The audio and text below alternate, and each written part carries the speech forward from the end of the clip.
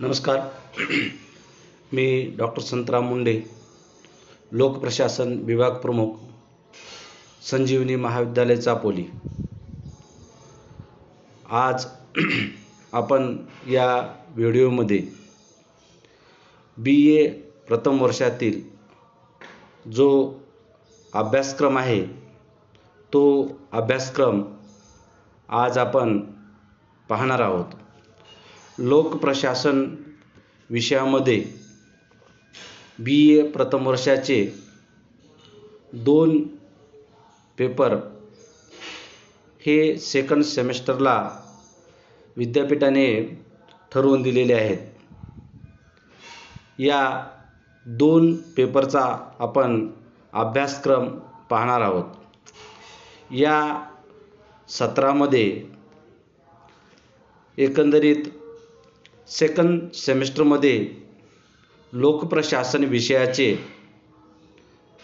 जे 2 पेपर आहेत त्या पेपरचं नाव आहे पेपर क्रमांक 3 प्रशासकीय संघटनेची तत्त्वे. हा जो पेपर आहे हा पेपर एकूण 75 मार्काला आहे. त्यामध्ये जे विभाजन केलेलं आहे तर 35 मार्काचं इंटरनल टेस्ट आणि 40 मार्काची एंड ऑफ सेमेस्टर परीक्षा ही घेतली जाणार आहे.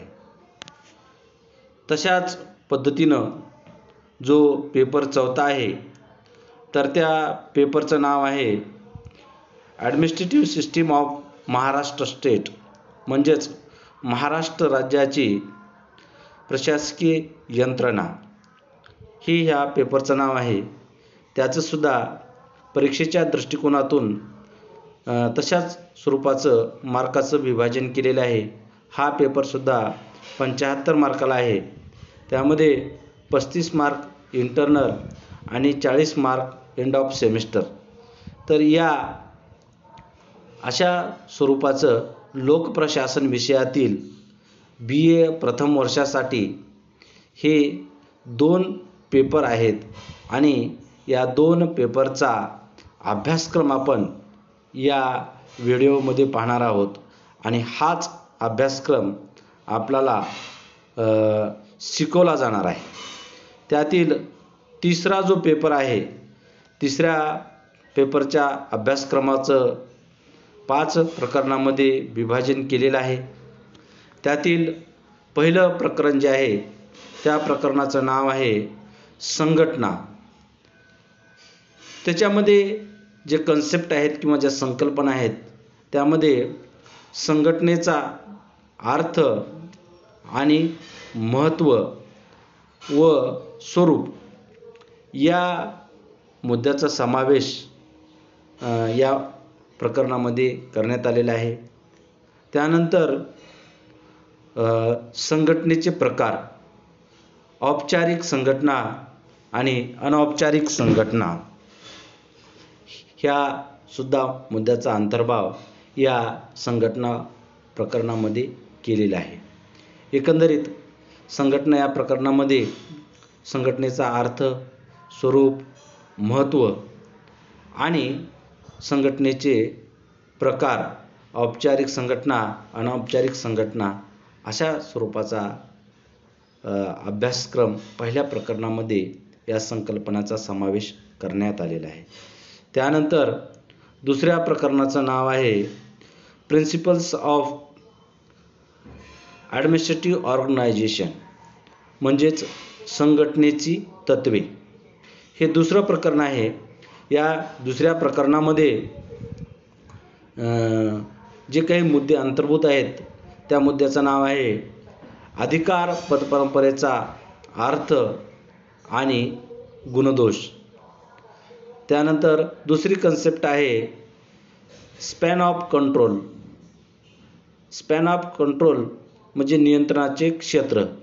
त्यामध्ये नियंत्रणाचा अर्थ आणि महत्त्व. त्यानंतर 3री संकल्पना आहे कम्युनिकेशन. कम्युनिकेशन म्हणजेच सहसूचन. कम्युनिकेशन चा अर्थ आणि प्रकार. त्यानंतर मॉरल म्हणजेच मनोबल, मनोबलाचा अर्थ आणि मनोबलाचे प्रकार. त्यानंतरची संकल्पना आहे तर डिसिजनचा अर्थ आणि महत्त्व, म्हणजेच डिसिजनचा अर्थ आणि महत्त्व. त्यानंतर डेलिगेशन म्हणजेच प्रदत्तीकरणाचा अर्थ आणि महत्त्व. अशा काही संकल्पनाचा समावेश हा या दुसऱ्या प्रकरणामध्ये करण्यात आलेला आहे. त्यानंतर तिसऱ्या प्रकरणाचं नाव आहे line and staff agency. Line and staff agency त्याच्यामध्ये पंक्ती घटक आणि सल्लागार घटक.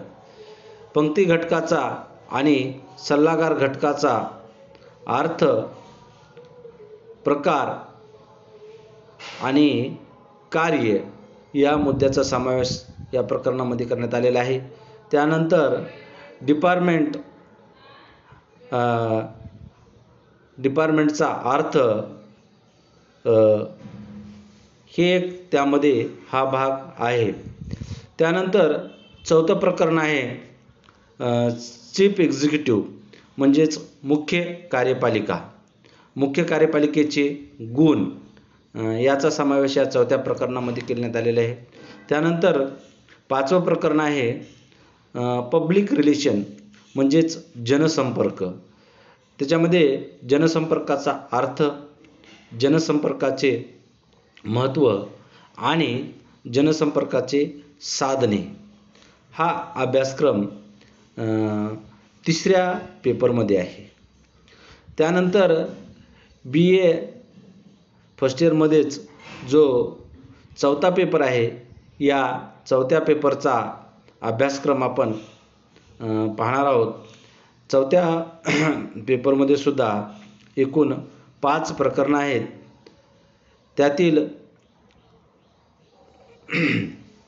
जे पहिलं प्रकरण आहे त्या प्रकरणाचं नाव आहे formation and reformation of Maharashtra state, म्हणजेच महाराष्ट्र राज्याची रचना आणि पुनर्रचना. हे पहिलं प्रकरण आहे, म्हणजेच महाराष्ट्र राज्य कसं निर्माण झालं. त्यानंतर दुसरं प्रकरण आहे स्टेट लेजिस्लेटिव्ह म्हणजेच राज्य विधिमंडळ.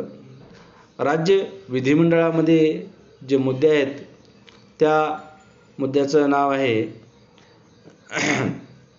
जो पहिला मुद्दा आहे लेजिस्लेटिव्ह असेंब्ली म्हणजेच विधानसभा, विधानसभेची रचना आणि कार्य. दुसरा जो मुद्दा आहे तर तो विधान परिषद, विधान परिषदेची रचना आणि कार्य. तिसरं जे प्रकरण आहे त्या प्रकरणाचं नाव आहे स्टेट गव्हर्नमेंट अँड ॲडमिनिस्ट्रेशन म्हणजेच राज्य शासन आणि प्रशासन. त्यामध्ये जे मुद्दे अंतर्भूत आहेत त्यातला पहिला मुद्दा आहे गव्हर्नर. गव्हर्नर म्हणजेच राज्यपाल, राज्यपालाचे अधिकार आणि कार्य. त्यानंतर दुसरा मुद्दा जो आहे त्या मुद्द्याचं नाव आहे chief minister powers and function म्हणजेच मुख्यमंत्र्याचे अधिकार आणि कार्य. त्यानंतर तिसरा जो मुद्दा आहे, तिसऱ्या मुद्द्याचं नाव आहे काउन्सिल ऑफ मिनिस्टर म्हणजेच मंत्रिमंडळाची रचना आणि कार्य. त्यानंतर चौथा मुद्दा आहे स्टेट सेक्रेटरी, राज्य सचिवालय, राज्य सचिवालयाची रचना आणि कार्य. त्यानंतर चीफ सेक्रेटरी म्हणजे मुख्य सचिव, मुख्य सचिवाचे अधिकार आणि कार्य. तर अशा मुद्द्याचा समावेश हा तिसऱ्या प्रकरणामध्ये केलेला आहे. चौथं प्रकरण आहे स्टेट ज्युडिशरी म्हणजेच राज्य न्यायालय.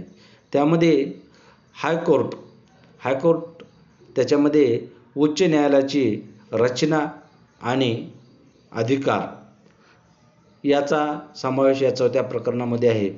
त्यानंतर 5वं प्रकरण आहे कॉन्स्टिट्यूशन बॉडीज म्हणजेच स्वतंत्र संविधानिक संस्था. त्याच्यामध्ये राज्य वित्त आयोग, त्यानंतर महाराष्ट्र लोकसेवा आयोग, राज्य निवडणूक आयोग, राज्य महिला आयोग अशा स्वतंत्र संविधानिक संस्थेच्या संदर्भात हे 5वं प्रकरण आहे. आणि या स्वतंत्र संविधानिक ज्या बॉडीज आहेत तर या बॉडीज आपण 5व्या प्रकरणामध्ये पाहणार आहोत. असं एकंदरीत या BA प्रथम वर्षातील अभ्यासक्रमातील जे पेपर 3रा आणि पेपर 4था याचा अभ्यासक्रम हा विभाजित केलेला आहे. आणि हा अभ्यासक्रम आपण येणाऱ्या काळामध्ये पाहणार आहोत. म्हणजेच हा अभ्यासक्रम BA प्रथम वर्षातील विद्यार्थ्यांसाठी शिकवला जाणार आहे. धन्यवाद.